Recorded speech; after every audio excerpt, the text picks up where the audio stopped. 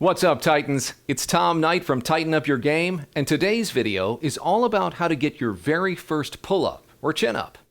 If you've never done one before, or feel as if you lack the strength to get your chin over the bar even one time, then this video is just for you. Believe me, I remember all too well my first try. I hung from the bar feeling like I weighed a ton, wondering how on earth I was ever going to pull myself up. And when I tried, nothing happened. But after about a month of doing what I'm about to show you, I found myself getting as many as 3 in a row with good form. And believe me, when you're starting from 0, getting 3 in a row feels like winning a gold medal. I don't care how old you are, whether you're a man or a woman, or how much you weigh. If you follow these basic steps, you'll be doing the same.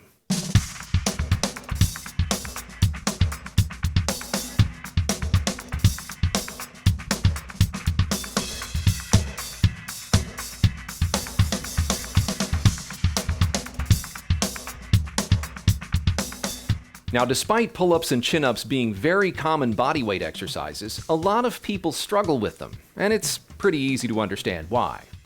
As adults, we hardly ever do this kind of pulling in our daily lives. In other words, the required muscles aren't getting strengthened naturally.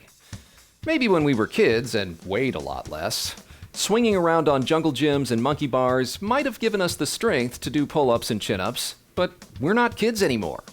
Fortunately, there are plenty of steps we adults can take to build up the strength to begin doing multiple reps of unassisted pull-ups and chin-ups.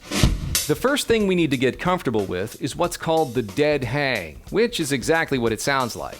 Grab the bar either with palms facing you, which is a supinated grip, or palms facing front, which is a pronated grip. Then, lift your feet off the ground and hang. Try to do this for anywhere between 7 to 10 seconds at a time, longer if you can. This strengthens the forearm muscles quite a lot, but it also strengthens the shoulder joints, which are pretty much the body's linchpins in this exercise. Now, if this is too difficult, you can always reduce your load by using a chair. Simply place your feet on a chair out in front of you and perform the dead hang that way. The next step is to further strengthen your shoulder muscles by doing scapula shrugs. This is an extension of the first step.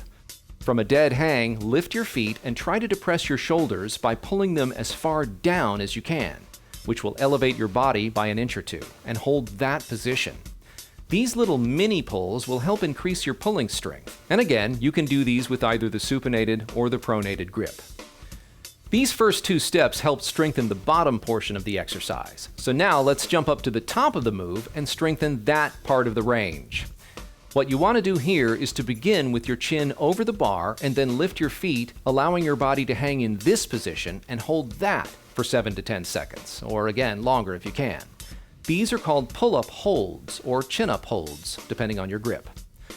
Next, we need to work on moving through the pull-up exercise, but we're still not quite ready for a whole pull-up yet. Instead, what we're going to do is reverse the pull-up and make that the exercise. They're called negatives or eccentrics. Let me explain. Every exercise contains a concentric portion where we contract the muscles and shorten them, and an eccentric portion where we relax the muscles and lengthen them.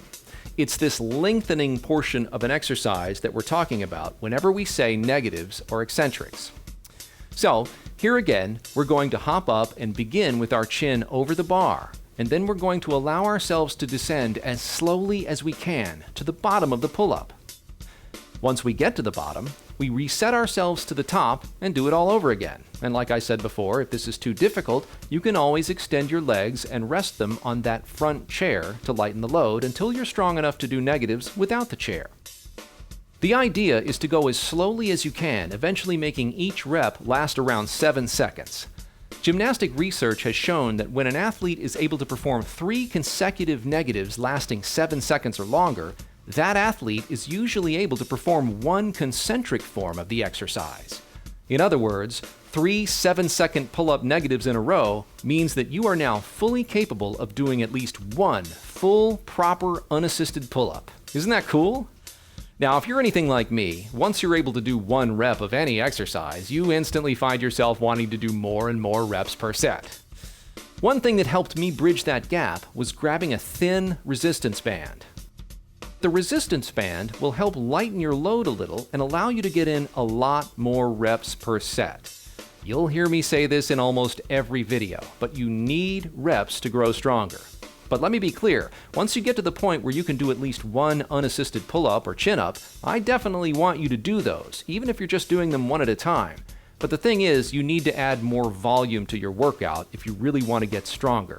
And using a thin resistance band will allow you to get in lots more quality reps while still working the exact muscles needed for pull-ups and chin-ups.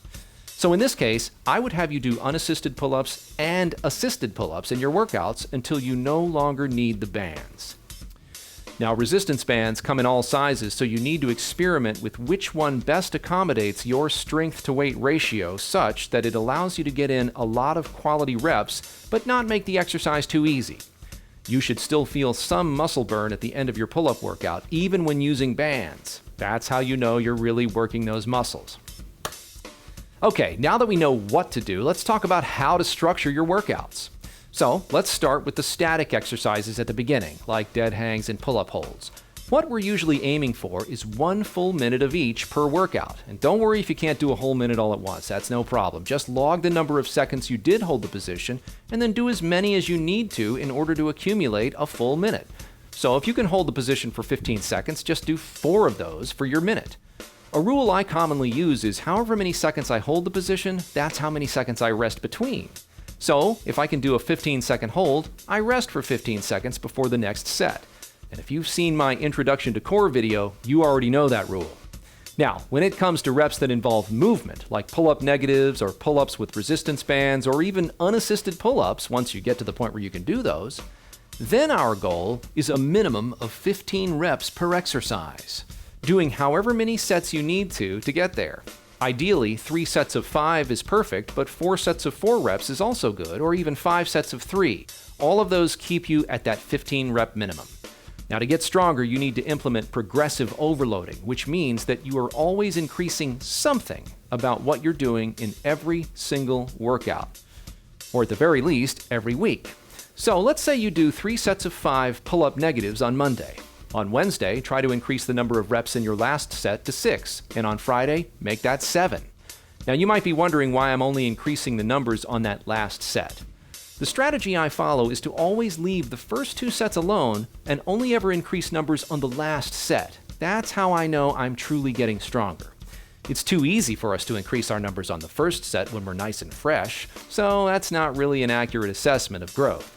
But if we can increase our numbers on the last set, we can confidently say that our strength has improved. Now, once the rep count of your third set is 2 more than sets 1 and 2, then you can safely increase all numbers by 1 for your next workout. So in this case, the following Monday, you would do 3 sets of 6, and then continue this same process of progressive overloading, making sure you're always doing more and more as you go. Make sense?